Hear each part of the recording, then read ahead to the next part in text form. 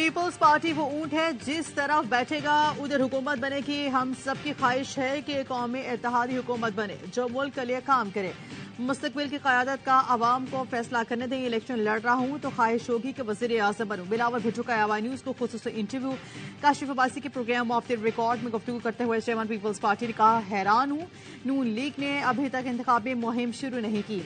खुद को चौथी बार वज़ीर आज़म कहने वाला घर से नहीं निकल रहा। नवाज शरीफ चाहें या ना चाहें 8 फरवरी को इलेक्शन होंगे। नवाज शरीफ को अगर वज़ीर आज़म बनने का यकीन होता तो वो एक बार तो मुस्कुराते। उनका तो चेहरा ही उतरा हुआ है। हम समझते थे मियां साहब ने तारीख से सबक सीखा है, लेकिन वो भूल गए।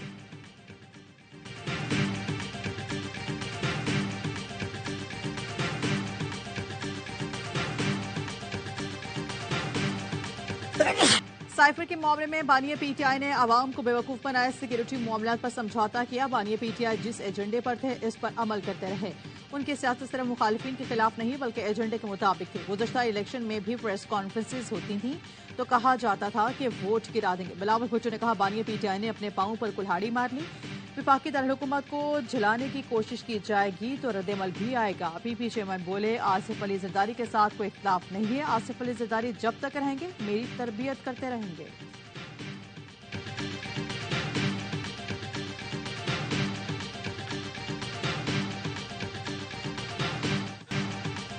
सुप्रीम कोर्ट ने ताहयात नहली खत्म कर दी। सियासतदानों पर ताहयात नहली की लटकी तलवार हटा दी गई। नवाज शरीफ जहांगीर तरीन इंतखाबात लड़ने के लिए अहल हो गए। सुप्रीम कोर्ट ने ताहयात नहली केस का फैसला सुना दिया। चीफ जस्टिस की सरबराही में 7 रुकनी बेंच ने 6-1 से फैसला दिया। आर्टिकल 62(1)(f) को आइन से अलग नहीं पढ़ा जा सकता। ऐसा कोई कानून नहीं जो वसा करे। 62(1)(f) के तहत नाहली का तरीकाकार क्या होगा। ताहयात नहली का दिया गया डिक्लेरेशन दायरे इख्तियार से तजावुज है। 62(1)(f) के तहत ताहयात नहली इंतखाबात लड़ने और वोट के हक से मुतसादी है। इलेक्शन एक्ट के तहत नाहली की मुद्दत 5 साल है जिस पर परखने की जरूरत नहीं। समीला बलोच केस में ताहयात नहली का फैसला देकर आइन बदलने की कोशिश की गई। समीला बलोच केस का फैसला वापस लिया जाता है। 7 सफात पर मुश्तमिल मुख्तसर फैसला जारी। पार्लियामेंट से मंजूर कानून के मुताबिक नहली अब 5 साल होगी।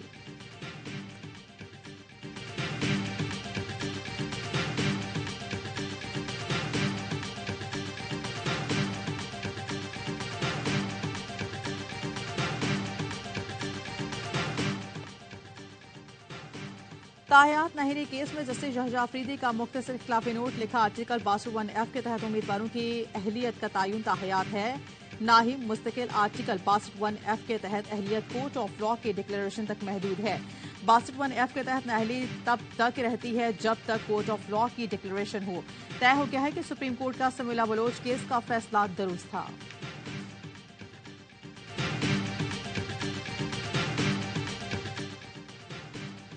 सुप्रीम कोर्ट फैसले से नवाज शरीफ की ताहयात नहली की घिनौनी साजिश मुकम्मल तौर पर दम तोड़ चुकी। दिल की गहराइयों से अपने कायद को मुबारकबाद पेश करता हूँ।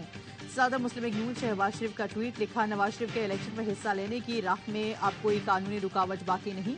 मरीम औरंगजेब ने ट्वीट में लिखा, नवाज शरीफ को सियासी इंतकाम का निशाना बनाने के लिए ताहयात नहली की अदालती नाइंसाफी का स्याह बाब आखिरकार खत्म हुआ। आर्टिकल 62(1)(f) की मनचाही तशरीह करके पाकिस्तान को दलदल में धकेलने वाले स्याह किरदार मुजरिम करार पा गए।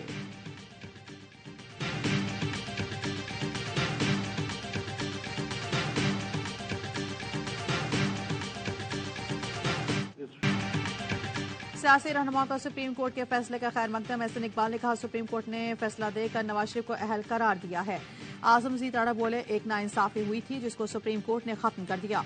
कमर जमान कायरा ने कहा, सुप्रीम कोर्ट का फैसला पार्लियामान की वालदस्ती का एतराफ है। अमीरुल हक की नून लीग को मुबारकबाद। सुप्रीम कोर्ट के फैसले को खुशामदीद करार दिया। जाहिद खान का कहना था कि आइन के आर्टिकल की गलत तशरीह की थी जिसको दुरुस्त किया गया। सरबराह एलडॉट अहमद बिलाल महबूब ने कहा, सियासी रहनुमाओं की ताहयात नहली का जवाब नहीं था।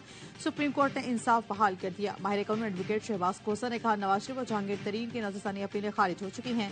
जिस केस में नजरसानी खारिज हो चुकी हो वो दोबारा नहीं खोला जा सकता। माहिर कानून इरफान कादिर ने कहा, यह तासुर गलत है कि सुप्रीम कोर्ट का गलत फैसला भी मानना पड़ेगा। इबहम खत्म हो गया। नवाज शरीफ और जहांगीर तरीन इलेक्शन के लिए अहल हैं।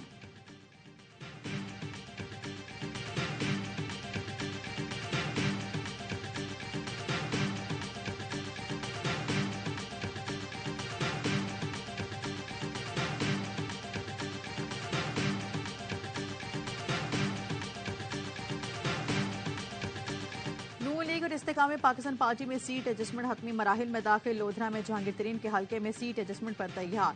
लाहौर के हल्का NA 117 से अलीम खान के मुकाबले उम्मीदवार खड़े किए जाने का इम्कान। ऑन चौधरी, नुमान लंगड़ियाल और इसाक खाकवानी के हल्कों पर भी सीट एडजस्टमेंट के लिए मुज़ाकरात। नून लीगी रहनुमा सदीक बलोच का लोधरा में सीट एडजस्टमेंट से इनकार।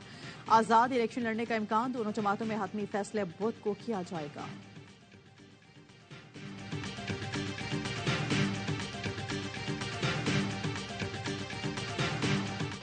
चाहे इंटरनेट बंद कर लें, आवाम का समुंदर रोक नहीं सकते। रहनुमा PTA बैरिस्टर गौहर अली कहते हैं, मैदान खाली नहीं छोड़ेंगे।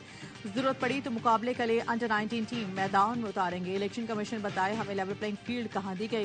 लतीफ खोसा ने कहा, यकीन है बल्ले का निशान मिलकर रहेगा। ये कैसी लेवल प्लेइंग फील्ड है कि PTI को कॉर्नर मीटिंग की भी इजाजत नहीं। दफा 144 सिर्फ PTI के लिए लगी, बाकी सबको जलसों की इजाजत है।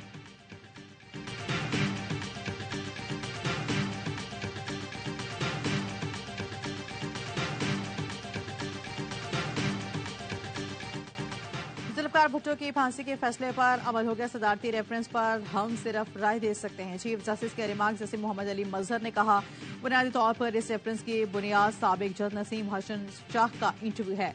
जस्टिस मंसूर अली शाह ने पूछा, क्या अदालत एक इंटरव्यू की बुनियाद पर इंक्वायरी करे? आज असर-ए-नौ जायजा लिया तो कल कोई सदर किसी भी केस पर रेफरेंस भेज देगा। ये असूल तय हो गया तो फैसलों की आईनी हैसियत क्या रहेगी? चीफ जस्टिस ने कहा, कल सेशन जज सुप्रीम कोर्ट के जुल्फकार भुट्टो केस के फैसले के तहत ट्रायल कर दे, फिर क्या होगा? जैसे मुसर्रह हिलाली ने कहा, तारीख दुरुस्त करने की जरूरत है क्योंकि सियासत को किसी एक फैमिली पर नहीं, कुछ इदारों पर भी है। अदालती मुआविन मखदूम अली खान का कहना था कि मखसूस बेंच ने जुल्फकार भुट्टो केस का जल्दबाजी में फैसला दिया जिससे इंसाफ का कत्ल हुआ। रजा रबानी के एतराज पर खाजो हारिस ने खुद को बतौर अदालती मुआविन मुकदमे से अलग कर लिया।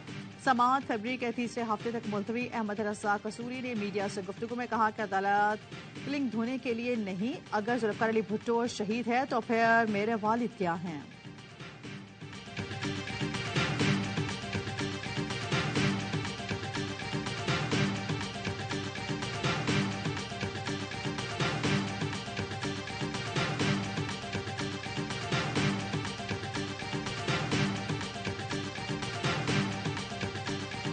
आर्मी चीफ का बहरीन का 2 रोजा सरकारी दौरा। फरमारवा शाह हमाद बिन ईसा अल खलीफा से मुलाकात। जनरल सईद आसिम मुनीर की बहरीन के वली अहद और अस्करी कायदत से भी मुलाकातें। ISPR का कहना है कि मुलाकातों में बाहमी दिलचस्पी, फौजी और सिक्योरिटी ताउन पर तबादला ख्याल किया गया। बहरीन कायदत के इंसदाद दहशतगर्दी के लिए पाकिस्तान की कामयाबियों की तारीफ। आर्मी चीफ ने बहरीन नेशनल गार्ड की 27वें यौम तासीस की तकरीब में भी शिरकत की।